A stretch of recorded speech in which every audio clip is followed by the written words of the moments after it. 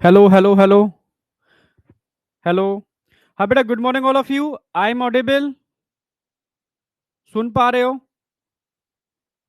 अब वॉइस बताओ, voice perfect है या नहीं?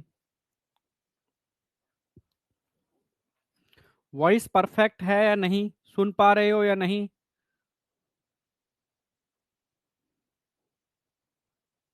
Perfect, okay. अगेन बेटा, good morning all of you. Good morning, good morning, good morning. ठीक है। तो आज लोकोमोशन और मूवमेंट का थर्ड लेक्चर है। दो लेक्चर हमारे हो चुके हैं।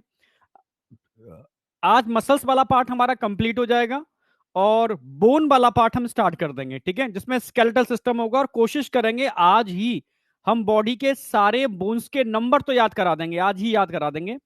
नंबर सारे आज याद हो जाएंगे, नाम जो अगला लेक्चर आएगा उसमें याद करा देंगे सारे के सारे, ठीक है। क्लियर है बिल्कुल? यहां तक किसी कोई डाउट शाउट? ठीक है, चलो।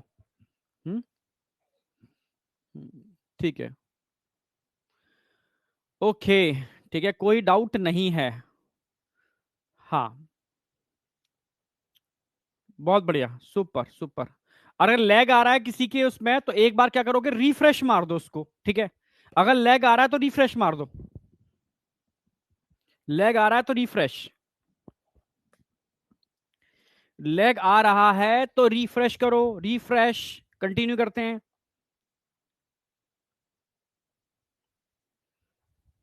ठीक है, चलो स्टार्ट करते हैं। तो सबसे पहले मैं क्विकली रिवाइज कराऊंगा कि लास्ट लेक्चर में क्या हुआ था। लास्ट लेक्चर में क्या हुआ था और फिर कंटिन्यू करता हूं मैं आगे।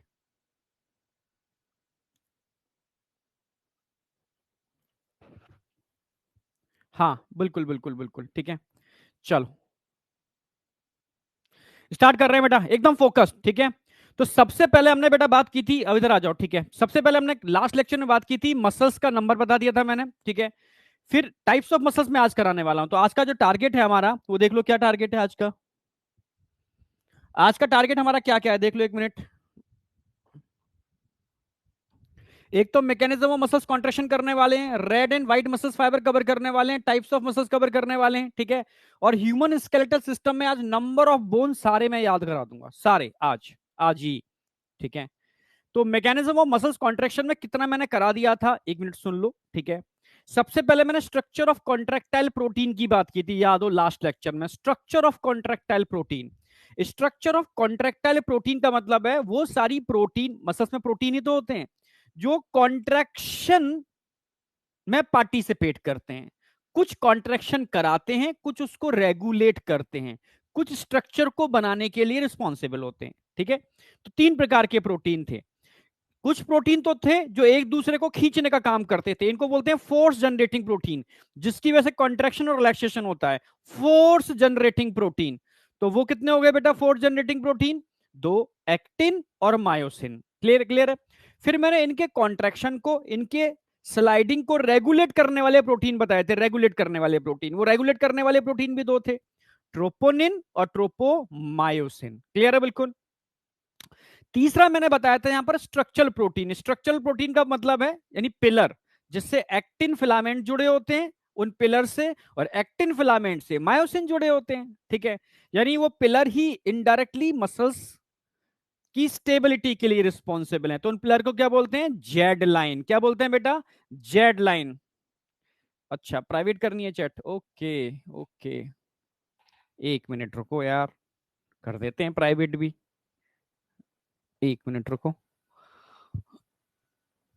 लो चैट आपकी प्राइवेट, ठीक है, ओके। चलो, तो वापस स्टार्ट कर रहे हैं, समझना, ठीक है। तो ये क्लियर हो गया। अब एक्टिन की बात की थी मैंने। एक्टिन क्या थी भाई? एक्टिन छोटे छोटे ग्लोब्यूलर, ग्लोब्यूलर का मतलब होता है बॉल, ठीक है, बॉल जैसा स्ट्रक्चर। छोटे छोटे ग्लोब्यूलर एक्टिन के पॉलीमराइजेशन यानी मिलने से, ठीक है, इसको बहुलीकरण भी बोलते हैं, हिंदी मीडियम वाले बच्चों के लिए बोल रहा हूं। छोटे छोटे ग्लोबुलर प्रोटीन के पॉलीमराइजेशन से जो एक थ्रेड लाइक स्ट्रक्चर बनता है, आप समझ रहे हो, इसको बोलते हैं एफ एक्टिन। एफ मतलब होता है फिलामेंटस। एफ मतलब क्या होता है? फिलामेंटस। समझ रहे हो ना मेरी बात? Filamentous actin. क्लियर है। और ऐसे ही दो फिलामेंटस एक्टिन के मिलने से आपका एक्टिन फिलामेंट बनता है। यहां तक क्लियर। अब मायोसिन की बात करते हैं। जैसे एक्टिन छोटे छोटे मोनोमर यूनिट के मिलने से बनता है, ऐसे ही मायोसिन भी छोटे छोटे मोनोमर यूनिट के मिलने से बनता है। जैसे मोतियों की माला पॉलीमर होता है, समझना मेरी बात, ऐसे ही समझना होगा आपको, ठीक है। यहां भी पॉलीमर ही है, एक्टिन और मायोसिन। तो मायोसिन किसका पॉलीमर होता है? तो मोनोमर यूनिट क्या है? मीरोमायोसिन, ठीक है। लगभग 300 मीरोमायोसिन मिलकर के एक पॉलीमर को बनाते हैं, एक पॉलीमर को बनाते हैं, जिसको हम क्या बोलते हैं? मायोसिन, ठीक है। एक मीरोमायोसिन का स्ट्रक्चर दिखाया था मैंने, उसमें टोटल 6 यूनिट हो सकते हैं। 2 टेल में होते हैं, 2 शॉर्ट आर्म में होते हैं, और 2 ग्लोबुलर हेड में होते हैं। तो टोटल 6 हो गए, जिसमें ग्लोबुलर हेड और शॉर्ट आर्म को मिलाकर के हम क्रॉस आर्म बोलते हैं। क्रॉस आर्म, जो क्रॉस ब्रिज बनाती है, जो क्रॉस ब्रिज बनाती है वो क्रॉस आर्म है। तो ये क्वेश्चन आता है कि क्रॉस आर्म का फॉर्मेशन किस किस के मिलने से होता है? तो क्रॉस आर्म का फॉर्मेशन ध्यान रखना है आपको, क्रॉस आर्म का फॉर्मेशन शॉर्ट आर्म और ग्लोबुलर हेड के मिलने से होता है। क्लियर है बिल्कुल? शॉर्ट आर्म और ग्लोबुलर हेड के मिलने से होता है क्रॉस आर्म का फॉर्मेशन। समझे या नहीं समझे?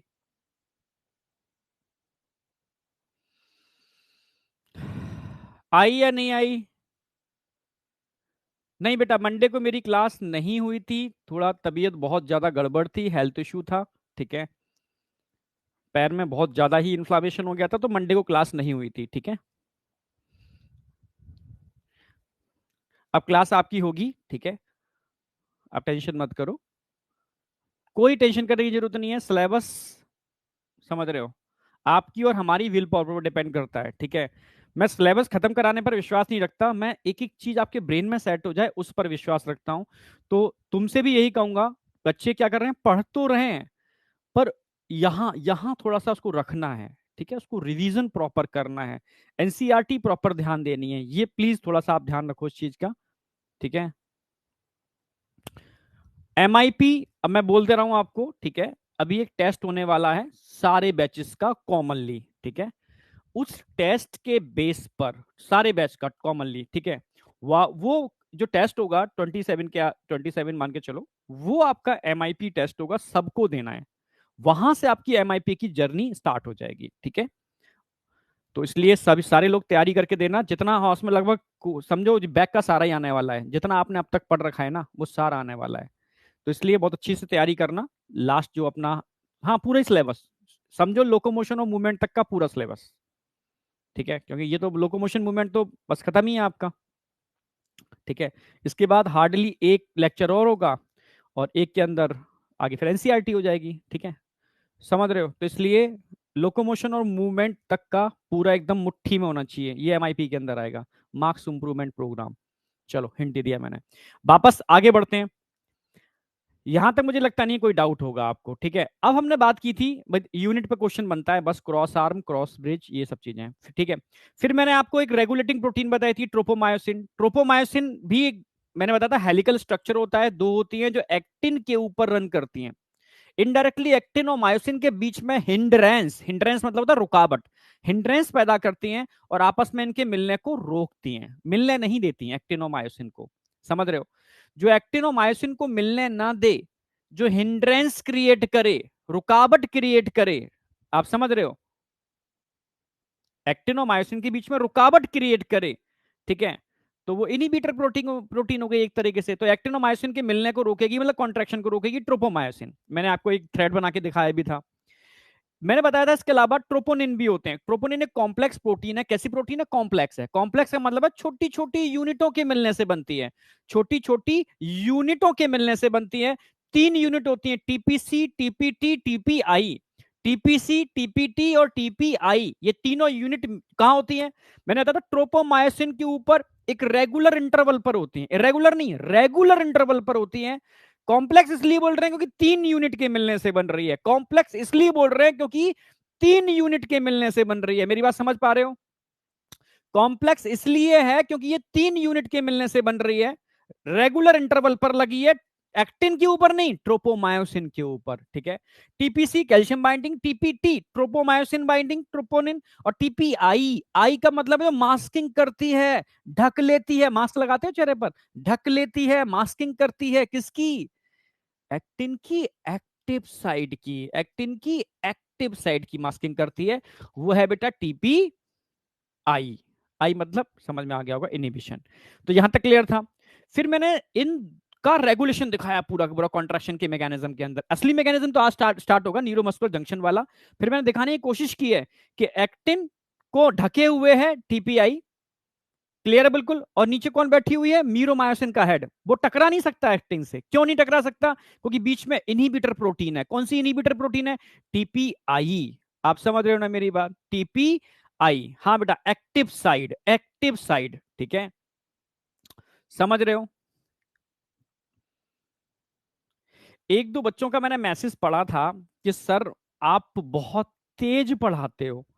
तुम्हें लगता है, क्योंकि मैं तो यार, मुझे जो लग रहा है कि अगर मैं इससे भी स्लो हो जाऊंगा तो कैसे हो पाएगा, ठीक है। इसलिए मतलब एक दो बच्चों का मैसेज था, एक बच्चे का था, तो इसलिए कुछ बच्चे मैसेज करते हैं, कुछ नहीं कर कर पाते। तो बस इसलिए मुझे लग रहा है कि यार मैं, अगर तुम ही बताओ, अगर मैं इससे भी स्लो हो जाऊंगा तो कैसे कोर्स खत्म हो पाएगा, ठीक है। मतलब अपने को उस लेवल पे कैसे लेकर के आऊं, बिल्कुल मतलब एनसीईआरटी की सिर्फ लाइन लाइंस पढ़ाता जाऊं बहुत जल्दी जल्दी, मतलब उनको स्लो स्लो, यानी आपको चैप्टर जहां 6 लेक्चर लगने हैं वहां 5 ही में, 4 में ही खत्म कर दूं।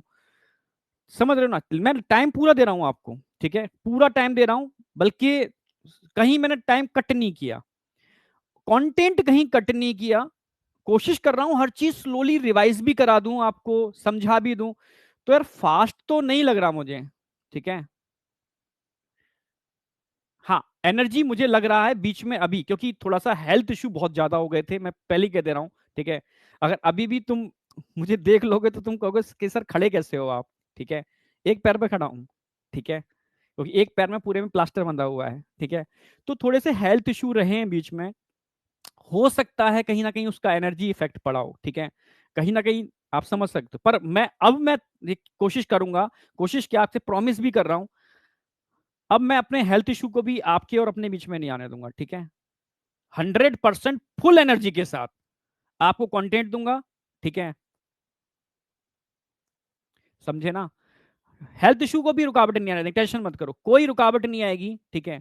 अगर इतना भी क्षमता होगी खड़े होकर के पड़पड़ाने की तो पूरी एनर्जी के साथ देंगे, ठीक है। पर आपको लेना पड़ेगा, ग्रैप्स करना पड़ेगा, उसको डाइजेस्ट करना पड़ेगा, पूरी एनर्जी लगा दूंगा मैं, ठीक है, अपना 100% दूंगा, सच कह रहा हूं। वो मेरी फील किया कि बीच में एक बार मतलब कुछ ना कुछ चीजें ऐसी हुई बॉडी के संग, तो वो गड़बड़ हो गया, हेल्थ इश्यू ज्यादा है। पर अब उसको भी थोड़ा मैं सोच लिया है, थोड़ा सा समझ रहे हो, फोकस कर रहा हूँ ब्रेन के ऊपर भी, थोड़ा सा मेडिटेट भी कर रहा हूँ, ठीक है, कि क्या करना है एक्चुअल में, ठीक है, और किस तरीके से इसको और बेटर लेवल पर लेकर के आना है।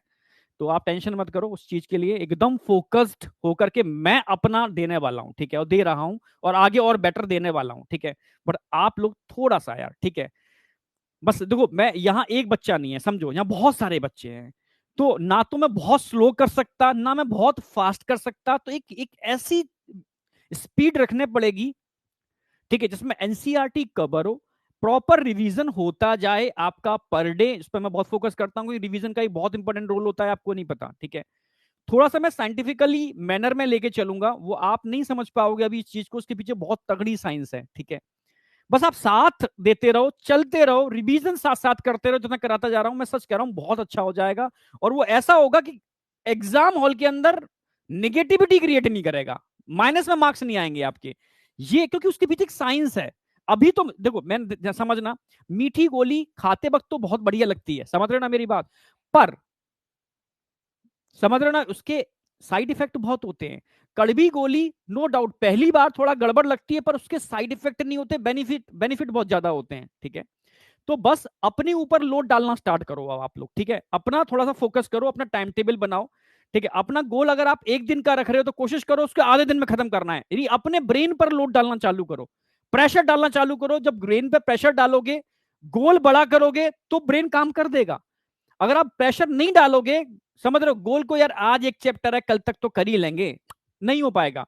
अगर ये चैप्टर आपको लग रहा है कि मैं आज दिन भर में कर पाऊंगा, तो अब इसको मैं थोड़ा कोशिश करूंगा, थोड़ा कॉम्पैक्ट और कॉम्पैक्ट, मैं 4 घंटे में करके देखता हूं उसको, 4 घंटे में करने की कोशिश करूंगा इस चैप्टर को, ठीक है। अपने गोल को थोड़ा बढ़ाओ, ड्यूरेशन को घटाओ, इससे प्रेशर जनरेट होता है और ये प्रेशर मैंने बताया था डोपामाइन के लेवल को बढ़ाएगा और डोपामाइन आपसे करवा देगा जो करवाना है, ठीक है। ठीक है, पर एंजाइटी के शिकार मत होना, टेंशन मत लेना, बस गोल को बढ़ाओ, अपने इस ब्रेन को थोड़ा प्रेशर डालो उसके ऊपर कि भाई तुझे इतना करना है, करना है भाई, 8 घंटे का गोल है तो 4 घंटे में करना है, ठीक है। तो वो करेगा, 4 में नहीं 6 में करेगा, पर 8 घंटे डालोगे तो 8 से 10 हो जाएंगे, पर जब कम करोगे तो वो 4 से 6 में कर ही लेगा, यानी फिर भी 2 घंटे का आपको बेनिफिट हो गया। तो ये थोड़ा सा करना स्टार्ट करो, ठीक है। मैं 100% कह रहा हूं, चीजें बहुत पॉजिटिव होंगी, ठीक है। अब दिक्कत आने वाली है अक्टूबर के बाद रिवीजन की, तो मैं तभी कहता हूं रिवीजन पर ज्यादा फोकस करना, ना कि आगे बढ़ने पर। आगे तो हम बढ़ा लेंगे, आपका काम सिर्फ रिवीजन पर फोकस करना है, आगे बढ़ने पर इतना ज्यादा फोकस मत करो, ठीक है। और हम करा लेंगे सारा का सारा, ठीक है। वापस आते हैं, ठीक है। तो सबसे पहले हमने बात की थी बेटा, हाँ, तो ये क्लियर था बिल्कुल, ये स्टे मतलब मास्किंग करके रखती है, पर जैसे ही कैल्शियम आयन टीपीसी से बाइंड करते ही ये तीनों भाई स्पेशली ट्रोपोमायोसिन हटेगी, ट्रोपोमायोसिन अपनी जगह से हटेगी तो ट्रोपोनिन भी अपनी जगह से हट जाएंगे। आप समझ रहे हो? माइंड मैप दो सर, चलो। अच्छा, आपको मेरे नोट्सों से नहीं लगता कि माइंड मैप की जरूरत है? मेरे नोट्सों में ये बताओ, ठीक है।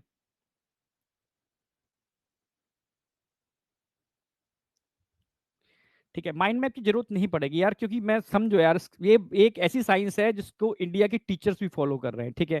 वो खुद कहते हैं, मतलब टीचर तो छोड़ो, इसको कुछ मतलब बाहर के लोगों ने भी स्टडी किया है नोट्सों को, वो भी कहते हैं कि जो आपने रिप्रेजेंटेशन का तरीका यूज किया है ना, वो ऑसम है, ठीक है।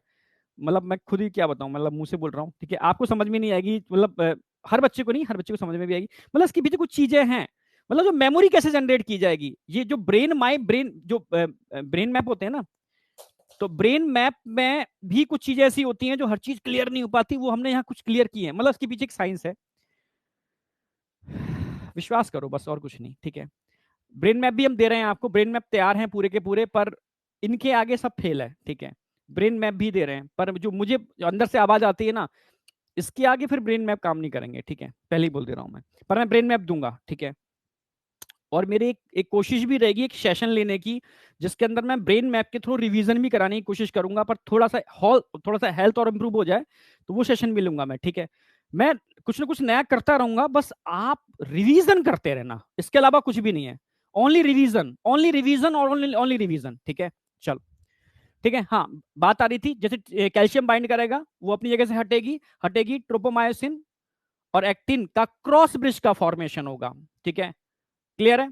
क्रॉस ब्रिज ब्रेक होता है तो एक एटीपी टूटती है, ब्रेक होने से जुड़ने तक पूरी एक एटीपी लग जाती है, यहाँ पर टूटने पर मेनली हटता है तो एक एटीपी यूज होती है फिर जुड़ जाता है, हटता है एक एटीपी यूज होता है फिर जुड़ जाता है, ठीक है। क्लियर है बिल्कुल?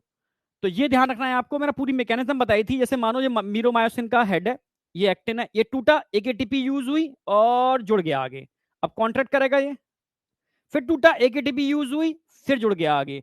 पर जब कॉन्ट्रैक्ट करेगा ना, इस तरीके से स्लाइडिंग होगी, उस समय एक एटीपी अगेन लोड हो जाएगी, फिर टूटेगा, एटीपी यूज हुई, क्रॉस ब्रिज बन गया, स्लाइडिंग स्टार्ट, जब स्लाइडिंग होगी ना, उस समय एक एटीपी लोड हो जाएगी, फिर टूटा, फिर एक एटीपी लोड हो जाएगी। क्लियर है? तो इस तरीके से धीरे धीरे ये मूव करता रहेगा, हर स्टेप पर एक एटीपी ब्रेक करेगा, अगेन एक एटीपी की लोडिंग होगी, फिर ब्रेक होगा, फिर एक एटीपी की लोडिंग होगी।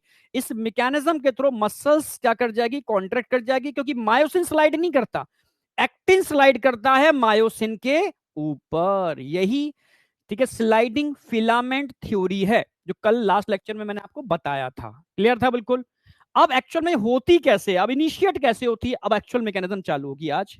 अब देखो, मैकेनिज्म ऑफ मसल्स कॉन्ट्रैक्शन, अब एक्चुअल में मैकेनिज्म चालू होगी। अब आप कहोगे सर ऐसा होता है? यस, आते हैं, देखो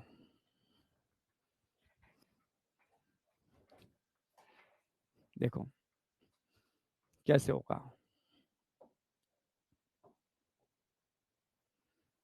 समझने की कोशिश करना। मान लो ये आपका ब्रेन है, अच्छा उससे भी पहले, हाँ ब्रेन दिखाते हैं आपका, पहले ब्रेन है, ये आपका ब्रेन है, ठीक है। और आपको पता है आपके ब्रेन से क्या निकलते हैं? न्यूरॉन्स निकलते हैं, मोटर न्यूरॉन, क्योंकि स्केलेटल मसल्स में मोटर न्यूरॉन ही होंगे, ये एक न्यूरॉन निकला मोटर, ये मोटर है, ये मोटर है,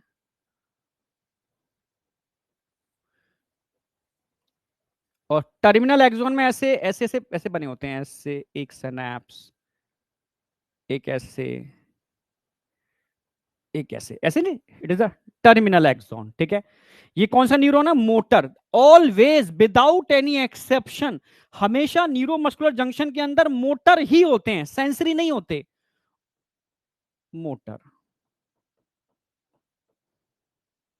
मोटर नर्व, न्यूरोमस्कुलर जंक्शन में सिर्फ मोटर ही होता है, सेंसरी होता ही नहीं है।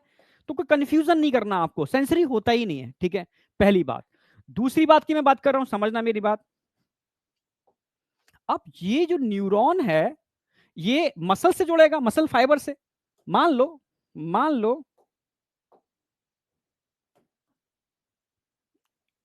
पिंक दिखा देते हैं, ये मसल फाइबर है। मान लो ये एक मसल फाइबर है, ये मसल फाइबर है, समझना। अच्छा, मान लो ये दूसरा मसल फाइबर है, ये पेयरिंग करेगा। मान लो ये तीसरा मसल फाइबर है, समझना, ये तीसरा मसल फाइबर है, ये यहां पेयरिंग करेगा। और मसल फाइबर के पास क्या होते हैं? रिसेप्टर, क्योंकि मसल्स भी एक्साइटेबल होते हैं न्यूरॉन की तरह, इन पर भी चार्ज होता है, इन पर भी चार्ज का ट्रांसमिशन होता है, ठीक है। तो एक मोटर नर्व जरूरी नहीं एक ही नर्व फाइबर से जुड़े, ठीक है, वो एक से ज्यादा नर्व फाइबर से अटैच हो सकता है, एक से ज्यादा। जैसे मान लो, ठीक है, ये क्या है? सॉरी, मसल फाइबर, ये मसल फाइबर है,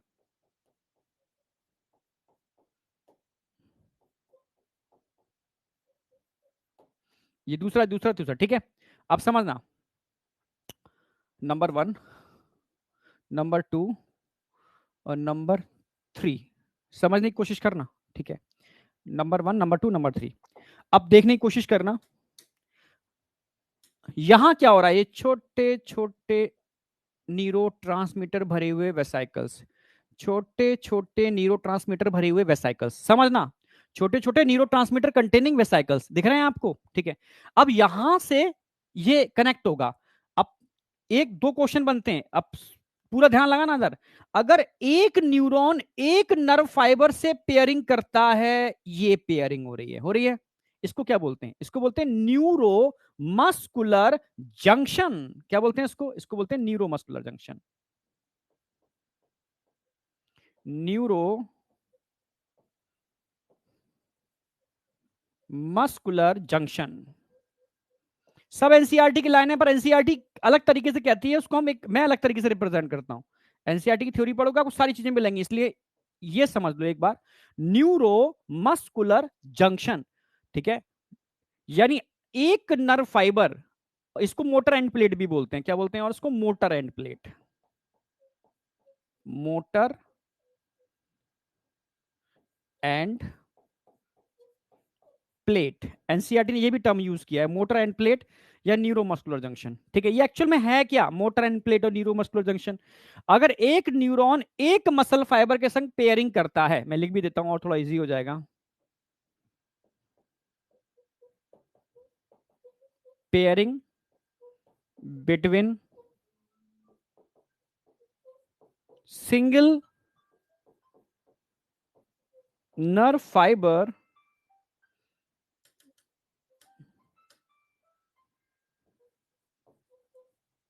अरे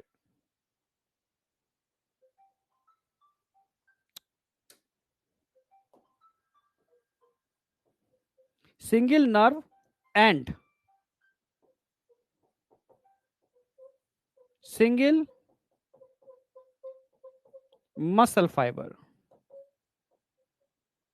एक मसल फाइबर और एक नर्व के बीच में जो पेयरिंग होती है, इस पेयरिंग को न्यूरोमस्कुलर जंक्शन या मोटर एंड प्लेट बोलते हैं, मोटर एंड प्लेट। एक बार समझ में आई? Neuromuscular junction, motor end plate, pairing between single nerve and single muscle fibre. Clear? बिल्कुल।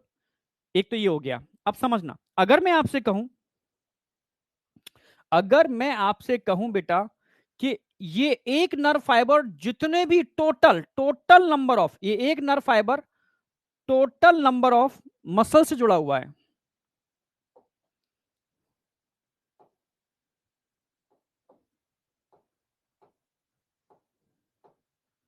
अरे भाई,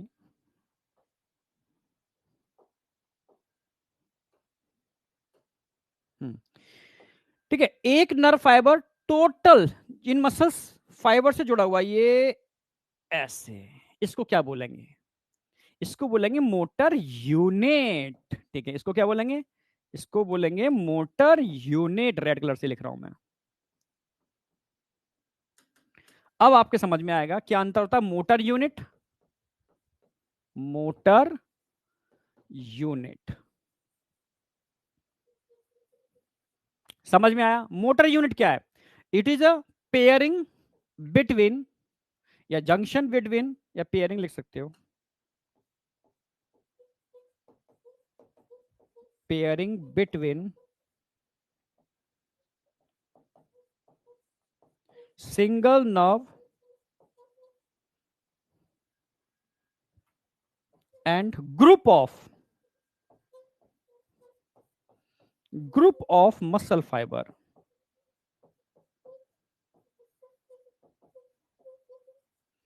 ठीक है, सिंगल नर्व और ग्रुप ऑफ मसल फाइबर के बीच की जो पेयरिंग है ना, सिंगल नर्व और ग्रुप ऑफ मसल फाइबर के बीच की जो पेयरिंग है ना, इसको बोलते हैं मोटर यूनिट। क्या बोलते हैं इसको? Motor unit. हाँ बेटा, फर्स्ट स्लाइड है, फर्स्ट स्लाइड है। ठीक है, रिवीजन कराया था इसलिए टाइम थोड़ा चला गया। ठीक है, ठीक है, मोटर यूनिट क्लियर है? बिल्कुल, मोटर यूनिट क्लियर है। मोटर यूनिट क्या होती है? मोटर यूनिट क्या होती है? यूनिट टर्म आ गया। यूनिट का मतलब होता है एक नर्व फाइबर का जो टर्मिनल एंड होता है वो कई मसल फाइबर से जुड़ा हुआ है, उस सबका जो पूरा मिला जुला करके एक है, इसको बोलते हैं मोटर यूनिट। क्या बोलते हैं इसको? Motor unit. तो एक्चुअल में मोटर यूनिट क्या होती है? यूनिट का मतलब हो गया कि एक मसल, एक नर्व फाइबर जितने भी ग्रुप ऑफ मसल फाइबर से जुड़ा हुआ है, इसको मिलाकर के हम क्या बोलते हैं? Motor unit. आप समझ में आया ना? हाँ, इसको मोटर यूनिट बोलते हैं। ठीक है, और न्यूरोमस्कुलर जंक्शन है मोटर एंड प्लेट कि एक मसल फाइबर की एक ब्रांच कहीं ना कहीं, एक समझ, एक नर्व फाइबर की एक ब्रांच एक मसल फाइबर से जुड़ी हुई है। नहीं, सिंगल पेयरिंग दिख रही है, सिंगल पेयरिंग दिख रही है, न्यूरोमस्कुलर जंक्शन या motor end plate, group of सारे के सारे फाइबर मिला दिए जाए, ग्रुप मिला दिए जाए, इसको मोटर यूनिट बोलते हैं। अब बताओ समझ में आया नहीं आया?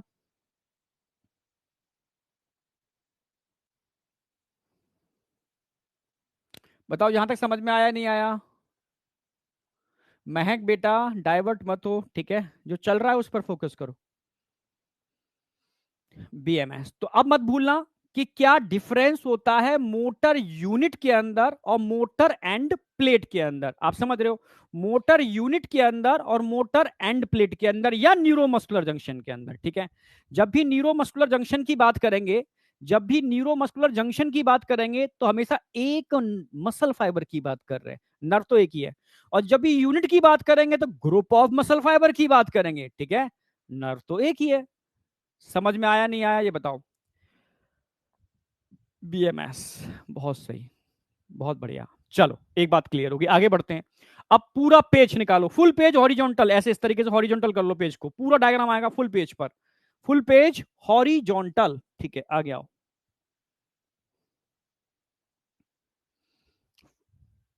देखो, गागर में सागर डालते हैं, इसमें एकदम सब चीजें सेट होंगी। अब देखो, समझने की कोशिश करना,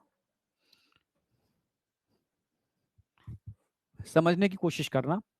अगेन मैं ब्रेन से स्टार्ट करूंगा।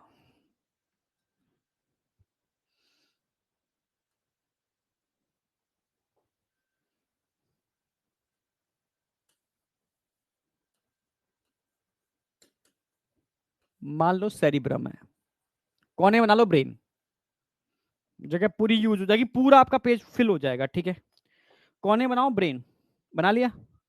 ब्रेन से एक न्यूरॉन निकालो। कौन सा न्यूरॉन निकलेगा यहां से? Nerve, motor. पूरा एकदम कंसेप्चुअल समझना, एकदम कंसेप्चुअल लेके चलना। ये यहां आई, एक ही ब्रांच दिखा रहा हूं मैं इसकी, ये बन गई मोटर नर्व, मोटर नर्व। और यहां एक चीज और दिखाना, एक कैल्शियम चैनल होते हैं टर्मिनल एंड पर, कैल्शियम चैनल दिखाओ, कैल्शियम चैनल, ये है कैल्शियम चैनल। अंदर छोटे छोटे वेसाइकल्स दिखाओ, छोटे छोटे वेसाइकल्स जिसके अंदर न्यूरोट्रांसमीटर भरे हुए हैं, vesicle containing neurotransmitter, vesicle containing neurotransmitter, vesicle containing neurotransmitter. समझना, इसकी एक्सोसाइटोसिस भी दिखा दो, और ये इनकी एक्सोसाइटोसिस हो रही है, ठीक है। और इसमें क्या भरे हुए हैं, न्यूरो ट्रांसमीटर्स, भर दो इसमें, ऐसा डायग्राम ड्रॉ करना है आपको, ठीक है। अब देखो एक मसल्स का भी डायग्राम दिखाना है आपको।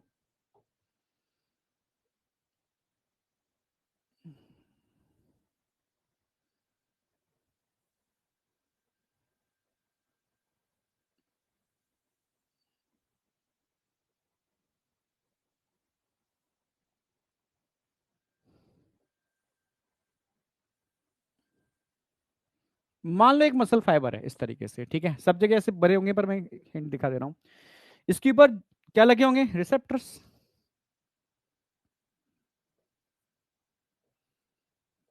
वही सोडियम चैनल्स,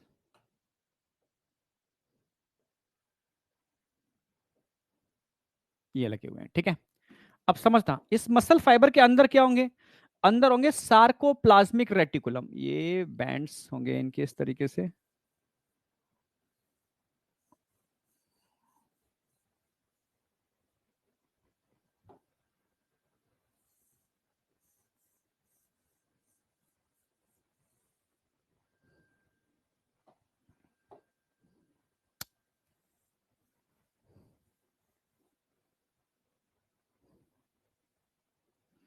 ये आ गया सार्कोप्लाज्मिक रेटिकुलम, ठीक है। इसके अंदर क्या भरा हुआ होगा, कैल्शियम, कैल्शियम आयन भरे होते हैं इसके अंदर। ये तो स्ट्रक्चर दिखा रहा हूं नॉर्मल स्ट्रक्चर, ये नॉर्मल स्ट्रक्चर, ध्यान रखना। अब डायग्राम ड्रॉ करते जाओ साथ साथ में। अब ये स्ट्रक्चर, अब यहां से कहानी चालू होगी। अच्छा एक चीज और ऐड करते हैं इसके अंदर, यहां लगे होते हैं पंप, और यहां कैल्शियम चैनल्स होते हैं। दो चीजें और दिखाते हैं यहाँ पर, पंप और कैल्शियम चैनल। पंप को चाहो दिखा सकते हो रेड कलर से, ये पंप है, और कैल्शियम चैनल को दिखा दो पिंक कलर से, वहां दिखा रखा है इसलिए, ये कैल्शियम चैनल्स हैं। ये डायग्राम बना लो, ठीक है, बना लिया। और इसके अंदर तो फाइबर्स होंगे सारे के सारे, वही फाइब्रिल पड़े हुए हैं, ये वही मायोफाइब्रिल, जो कॉन्ट्रेक्शन की सार्कोप्लाज्म है ना, मायोफाइब्रिल पड़ेंगे जो कॉन्ट्रेक्शन करेंगे। और मायोफाइब्रिल का फॉर्मेशन भी आप जानते हो, एक्टिन और मायोसिन के मिलने से होता है। लाइट एंड डार्क बैंड दिख रहे हैं आपको इनके अंदर, ठीक है। चल अब कहानी चालू होगी। सिग्नल कहां से स्टार्ट होगा, ब्रेन से, करा दो भाई।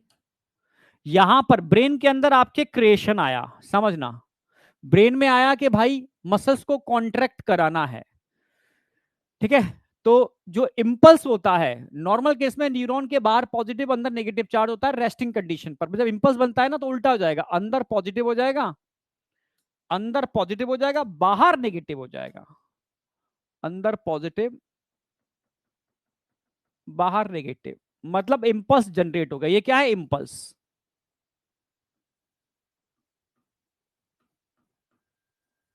इंपल्स मतलब हिंदी में इसको आवेग बोलते हैं, ठीक है, इंपल्स। अब ये इंपल्स यहां से मूव करते हुए टर्मिनल एंड पर आएगी। जैसी टर्मिनल एंड पर ये इंपल्स आएगी, ठीक है, फ्लो ऑफ इंपल्स हो रहा है, ये फ्लो,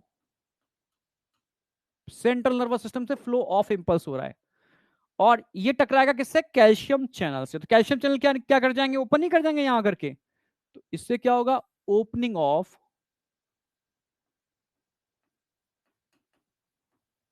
ओपनिंग ऑफ कैल्शियम। कौन से कैल्शियम चैनल होंगे,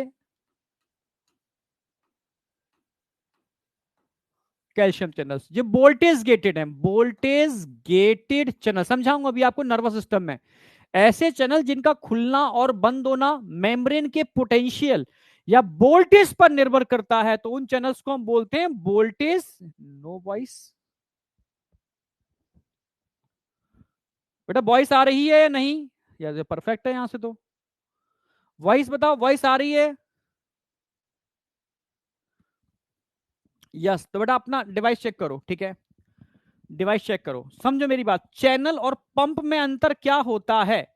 चैनल और पंप में अंतर क्या होता है? पंप, कभी आपने देखा पंप? जैसे खेतों पर पंप चला के आओ, ठीक है? या कूलर के अंदर एक होता है पंप, छोटी सी मोटर होती है पंप। या समरसेबल लगा होता है, वो भी तो पंप होता है। पंप क्या करता है? एनर्जी यूज करता है, चाहे आप पेट्रोल डालो उसके अंदर, डीजल डालो उसके अंदर, इलेक्ट्रिसिटी लगाओ उसके अंदर, एनर्जी यूज करता है और कंसंट्रेशन ग्रेडियंट के अगेंस्ट वाटर को खींचता है और फिर निकालता है। वाटर को खींचता है, निकालता है, ठीक है? यानी पंप टर्म कहीं पर भी आ गया, पंप टर्म कहीं पर भी आ गया, तो पंप का मतलब है जो एनर्जी यूज करे और कंसंट्रेशन ग्रेडियंट के अगेंस्ट काम करे। जैसे आप साइकिल में हवा डालने वाला पंप होता है, जानते हो ना पंप? हम क्या करते हैं, ट्यूब के अंदर हवा भरते हैं प्रेशर डाल करके, एनर्जी लगा करके, वो भी क्या है, पंप। पंप हमेशा कंसंट्रेशन ग्रेडियंट के अपोजिट काम करते हैं, पहली बात। एटीपी यूज करते हैं, दूसरी बात। और तीसरी बात ध्यान रखनी है चैनल की, कि चैनल जो होते हैं बेटा वो एटीपी डिपेंडेंट नहीं होते, बस वो खुलना और बंद होना जानते हैं। खुल गए तो हाई कंसंट्रेशन से लो कंसंट्रेशन अपने आप फ्लो होना चालू हो जाएगा। समझ रहे हो ना? जैसे टंकी में पानी भरा हुआ है, नीचे आपने छोटा सा छेद कर दिया उसके अंदर, तो टंकी से पानी बाहर निकलेगा, बाहर का पानी टंकी के अंदर नहीं जाएगा, वो चैनल है। समझ रहे हो? कभी देखा होगा डैम बने होते हैं, डैम बहुत सारे बांध बने होते हैं, उनमें चैनल लगे होते हैं। जब पानी ज्यादा होता है चैनल खोल दिए जाते हैं, तो ज्यादा से कम की तरफ पानी का मूवमेंट हो जाता है। समझ रहे हो? पंप कंसंट्रेशन ग्रेडियंट के अपोजिट काम करते हैं, चैनल कंसंट्रेशन ग्रेडियंट की डायरेक्शन में काम करते हैं। समझ पा रहे हो ना? हाँ। वीजीसी क्या है? ये सारे टाइप के चैनल मैं इसके अगले चैप्टर में कराने वाला हूं, नर्वस सिस्टम की स्टार्टिंग में। समझ रहे हो? नर्वस सिस्टम का सेकंड लेक्चर होगा, सी पर बेस्ड होगा, types of channel, types of pump, ठीक है? सब उसमें कराऊंगा। वोल्टेज गेटेड, अब चैनल है, चैनल का मतलब गेट। कई गेट कैसे खुलते हैं? तुम गेट के सामने गए, गेट खुल जाएगा, पीछे आए गेट बंद हो गई। नहीं आजकल आते हैं इलेक्ट्रिकल गेट, ठीक है, सेंसर बेस्ड। कई गेट ऐसे होते हैं जब तक तुम उसका हैंडल रोटेट नहीं करोगे तब तक नहीं खुलेंगे। समझ रहे हो? तो कई गेट ऐसे होते हैं जो खुले ही रहते हैं। तो ऐसे मैं आपको पढ़ाने वाला हूं आगे जाकर के टाइप्स ऑफ चैनल। कुछ लीकेज चैनल होते हैं ऑलवेज ओपन, कुछ वोल्टेज गेटेड चैनल होते हैं बीजीसी, जिनका खुलना और बंद होना मेम्ब्रेन के पोटेंशियल या वोल्टेज पर निर्भर करता है। कुछ ऐसे चैनल होते हैं जो मैकेनिकल गेटेड या लिगेंड गेटेड होते हैं, जब तक लिगेंड यानी बाइंड नहीं करेगा, जब तक लिगेंड की बाइंडिंग नहीं होगी वो खुलेंगे नहीं, वो लिगेंड गेटेड चैनल हो गए। समझ रहे हो ना मेरी बात? तो चैनल हमारी बॉडी में न्यूरॉन्स के ऊपर, इनके ऊपर कई टाइप के होते हैं, तो उनमें एक टाइप है वोल्टेज गेटेड चैनल, यानी ऐसे चैनल जिसका खुलना और बंद होना मेम्ब्रेन के पोटेंशियल या वोल्टेज पर निर्भर करता है, तो उनको वोल्टेज गेटेड चैनल बोलते हैं। समझ में आ गया? तो कैल्शियम चैनल जो दिख रहे हैं ना आपको, वो वोल्टेज गेटेड है, ठीक है? ये वोल्टेज गेटेड है, तभी खुलेगा जब ये वोल्टेज इंपल्स वोल्टेज की फॉर्म में टकराएगा ना, खुल जाएगा, ठीक है? तो अब क्या होगा, ओपनिंग ऑफ कैल्शियम चैनल्स, ठीक है? ओपनिंग ऑफ कैल्शियम चैनल्स, तो जैसे ही कैल्शियम चैनल खुलेंगे तो कैल्शियम आयन बाहर से अंदर आएंगे, सिंपल सी बात।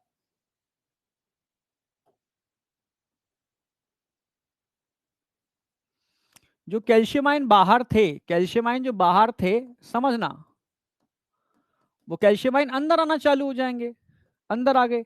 अब ये कैल्शियम आयन क्या काम करेंगे? ये कैल्शियम आयन इन वेसाइकल्स के अंदर कुछ न्यूरोट्रांसमीटर थे, उनकी एक्सोसाइटोसिस कर देंगे। तो अब क्या होगा, exocytosis of neurotransmitter, exocytosis of neuro transmitter. तो न्यूरोट्रांसमीटर की एक्सोसाइटोसिस हो जाएगी, बाहर निकलना चालू कर देंगे ये न्यूरोट्रांसमीटर। जब ये न्यूरोट्रांसमीटर बाहर जाएंगे तो बाहर जाकर के अगेन कुछ चैनल्स होंगे या रिसेप्टर्स होंगे, उनके बाइंड कर जाएंगे, बाइंड करके हो गई बाइंडिंग। इससे क्या होगा, जैसे ही न्यूरोट्रांसमीटर की बाइंडिंग होगी इन चैनल से, ये लिगैंड गेटेड चैनल है, इनके लिए लिगैंड कौन काम कर रहा है, न्यूरोट्रांसमीटर। इन चैनल को बोलेंगे सोडियम चैनल्स हैं, पर ये एलजीसी लिगैंड गेटेड है, ये क्या है, सोडियम चैनल्स हैं, सोडियम चैनल्स हैं। पर कैसे हैं ये, एलजीसी हैं, एलजीसी, एल जी सी। भाई बीजीसी का मतलब होता है वोल्टेज गेटेड, एलजीसी का मतलब होता है लिगैंड गेटेड। ठीक है, ligand gated sodium channel. Ligand क्या होगा यहाँ पर, न्यूरोट्रांसमीटर, न्यूरोट्रांसमीटर रिलीज हो रहा है। ठीक है, एक्सोसाइटोसिस ऑफ न्यूरोट्रांसमीटर, तो यहां पर आएगा न्यूरोट्रांसमीटर, कहां पर आएगा, ये जो गैप दिख रहा है ना, इसको बोलते हैं न्यूरोमस्कुलर जंक्शन। क्या बोलेंगे इसको, neuromuscular junction, neuro muscular junction. तो न्यूरोमस्कुलर जंक्शन के अंदर, न्यूरोमस्कुलर जंक्शन के अंदर ये एसिटाइल कोलिन नाम का एक न्यूरोट्रांसमीटर निकलना चालू कर देता है, ऑलवेज विदाउट एनी एक्सेप्शन। अगर स्केलेटल मसल्स है तो न्यूरोमस्कुलर जंक्शन में एक ही न्यूरोट्रांसमीटर होगा। कौन सा न्यूरोट्रांसमीटर होगा, एक, आप बोलोगे एसिटाइल कोलिन, ओनली और only acetyl choline, single neurotransmitter होगा और कोई दूसरा होगा ही नहीं। तो नो कंफ्यूजन, आप समझ रहे हो, हाँ, ओनली एसिटाइल कोलिन होगा और कोई दूसरा होगा ही नहीं। क्लियर है बिल्कुल। और इसको बोलते हैं न्यूरोमस्कुलर जंक्शन, जब एक फाइबर और एक न्यूरॉन की बात चल रही है। ठीक है, तो जैसे ही ये रिलीज होते हैं और सोडियम चैनल से बाइंड करते हैं, तो सोडियम चैनल्स जो लिगैंड गेटेड हैं वो क्या हो जाएंगे, ओपन हो जाएंगे, ओपन हो जाएंगे। इसके ओपन होते ही क्या होगा, इसके ओपन होते ही सोडियम आयन अंदर जाना चालू कर देंगे, सिंपल सी बात, ये एंट्री होगी सोडियम आयन की। जब पॉजिटिव सोडियम आयन अंदर जाएंगे, तो भाई ये भी तो नर्व की तरह एक्साइटेबल है, तो अंदर का चार्ज कैसा हो जाएगा, पॉजिटिव। सोडियम आयन के जाती है अंदर का चार्ज कैसा हो गया, पॉजिटिव, बाहर का कैसा हो गया, निगेटिव। ये कंडक्शन अब यहां चालू हो गया, और ये सिग्नल यहां से होता हुआ कहां जाएगा, यहां पर जाएगा। इसको क्या बोलते हैं, अब समझो, समझना भाई, ये जो अंदर फ्लूइड भरा हुआ है इसको क्या बोलते हैं, ये लेयर है इसको क्या बोलते हैं, इसको क्या बोलते हैं, अंदर भरे हुए फ्लूइड को क्या बोलते हैं। और समझना, ये टीब फोल्डिंग हो रही है, इनको क्या बोलते हैं, समझना, इसको क्या बोलते हैं, और इसके अंदर की फोल्डिंग को क्या बोलते हैं। ये चार बातें आपको याद रखनी है, फिर से बोल रहा हूं मैं,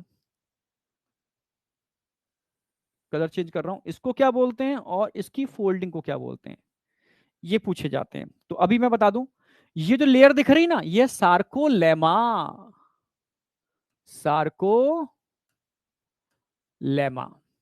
अंदर लिक्विड भरा हुआ है सार्कोप्लाज्म, सार्कोप्लाज्म।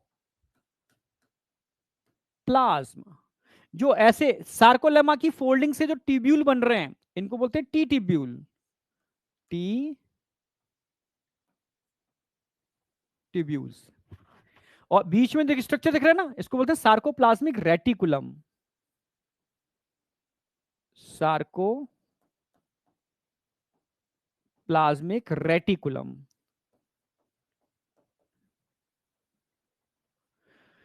और इसकी जो फोल्डिंग सार्कोप्लाज्मिक रेटिकुलम की फोल्डिंग से बढ़ रहे हैं, इनको बोलते हैं एल्टिब्यूल, एल्टिब्यूल।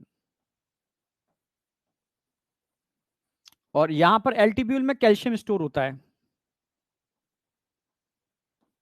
कैल्शियम आयन यहां पर स्टोर होते हैं एल्टिब्यूल के अंदर। ठीक है, तो ये सिग्नल कहां जाएगा, सीधा सार्कोप्लाज्मिक रेटिकुलम के ऊपर चला जाएगा। ठीक है, और यहां पर भी आपको कैल्शियम चैनल दिख रहे होंगे, कैल्शियम चैनल।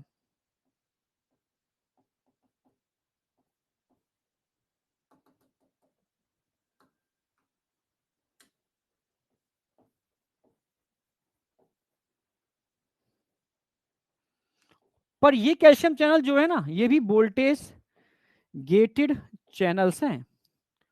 ठीक है, जैसे ये वोल्टेज गेटेड चैनल थे, ये भी वोल्टेज गेटेड है। जैसे ही ये वोल्टेज, ये चार्ज यहां पहुंचेगा सार्कोप्लाज्मिक रेटिकुलम के ऊपर, ये खुल जाएंगे। इनके खुलते ही कैल्शियम आयन बाहर आना चालू हो जाएगा, क्योंकि कैल्शियम अंदर स्टोर है। ये सारा कैल्शियम बाहर भागेगा, ये कैल्शियम कहां भागेगा, बाहर। चैनल खुल गए, कैल्शियम कहां भागेगा, बाहर। कैल्शियम आयन बाहर आ रहे हैं, ये बताओ समझ में आया नहीं आया। कैल्शियम आयन बाहर आ रहे हैं, ठीक है। फिर से बोल रहा हूं मैं, स्ट्रक्चर देख लो। ब्रेन और न्यूरोमस्कुलर जंक्शन में ऑलवेज एक ही टाइप के न्यूरॉन होते हैं, मोटर, ऑलवेज मोटर, और कुछ होगा ही नहीं, और कुछ भी नहीं होगा मोटर के अलावा, ठीक है। अब ये मोटर न्यूरॉन मसल्स के साथ एक जंक्शन बना रहे हैं, इसको न्यूरोमस्कुलर जंक्शन बोलते हैं। इस जंक्शन में एक न्यूरो ट्रांसमीटर रिलीज हो रहा है, क्या बोलते हैं, एसिटाइल कोलिन।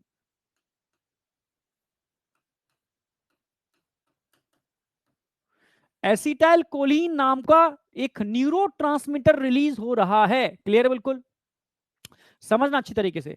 तो सिग्नल यहां से आया, होता हुआ टर्मिनल एक्सोन पर आया, कैल्शियम चैनल खुल गए, कैल्शियम आयन की एंट्री हुई हुई कैल्शियम आयन अंदर आ रहे हैं, और इसकी क्या करा रहे हैं, एक्सोसाइटोसिस। एक्सोसाइटोसिस एक्सोसाइटोसिस होते ही न्यूरो मस्कुलर जंक्शन में न्यूरो ट्रांसमीटर एसिटाइलकोलिन रिलीज होना चालू हो गया। ये रिलीज होगा तो अपने चैनल से बाइंड करेगा, सोडियम चैनल से। तो रिलीज होते ही, इसकी एक्सोसाइटोसिस रिलीज होते ही सोडियम चैनल से बाइंड कर जाएगा, वो खुल जाएंगे, सोडियम आयन अंदर आने चालू हो जाएंगे। जब पॉजिटिव आयन अंदर आएंगे तो अंदर का चार्ज पॉजिटिव हो गया, बाहर का चार्ज नेगेटिव।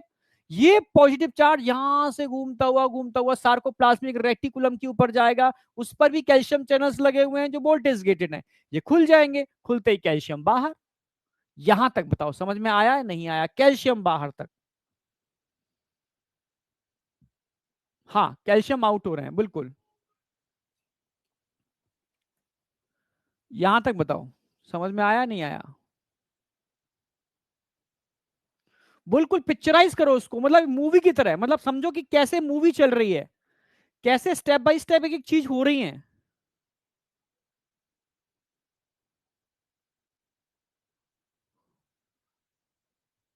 बहुत बढ़िया, बीएमएस, सुपर। हाँ, टी टिब्यूल और एल टिब्यूल, समझना मेरी बात, आप ट्रांसफर्स और लेटरल टिब्यूल भी बोल देते हैं कुछ लोग इसको, ठीक है। पर ध्यान रखना, टी टिब्यूल जो होते हैं वो सार्कोप्लाज्मिक सार्कोलेमा की फोल्डिंग से बनते हैं। सार्कोलेमा फोल्डिंग कर लेती है, उससे टी टिब्यूल बनते हैं, और सार्कोप्लाज्मिक रेटिकुलम फोल्डिंग बनाती है, उससे एल टिब्यूल बनते हैं। और एल टिब्यूल के अंदर होते हैं कैल्शियम आयन का स्टोरेज, सही मायने में कैल्शियम आयन कहां स्टोर होता है, एल टिब्यूल के अंदर स्टोर होता है कैल्शियम आयन।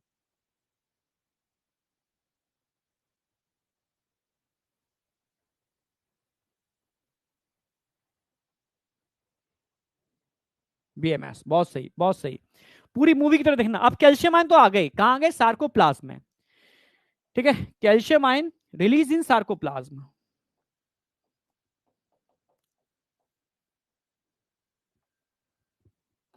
इसको ओपन तो कराते हैं,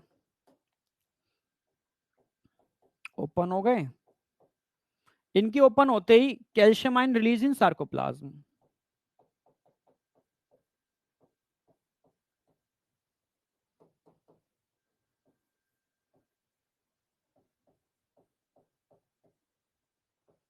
calcium ion release in sarcoplasm, sarcoplasm में कैल्शियम आयन रिलीज हो गए। अब ये कैल्शियम आयन क्या काम करेंगे, ये कैल्शियम आयन बेटा यहां पर लगी थी टीपीसी, याद हो, टीपीसी, कैल्शियम बाइंडिंग ट्रोपोनिन, किसके ऊपर लगी थी, ये क्या है, ये है मायोफाइब्रिल, मायोफाइब्रिल्स। ये सारे मायोफाइब्रिल सार्कोप्लाज्म के अंदर फ्लोट कर रहे हैं, इनसे टीपीसी लगी हुई है, जैसे ही कैल्शियम रिलीज होगा किससे बाइंड करेगा, टीपीसी से, ठीक है, binding of calcium with TPC, ठीक है। सार्कोप्लाज्म में कैल्शियम आ गया and bind with TPC.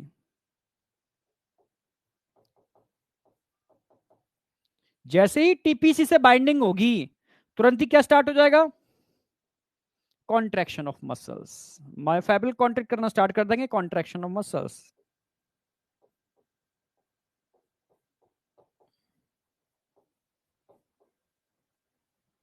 Contraction start. अब बताओ समझ में आया नहीं आया, कॉन्ट्रैक्शन स्टार्ट।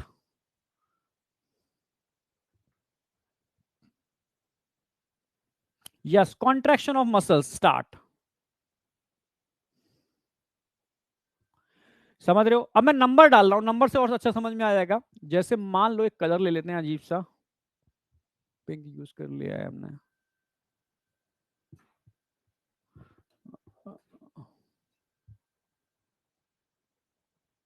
अजीब सा भी हो और आपको दिखे भी, तभी तो ठीक रहेगा।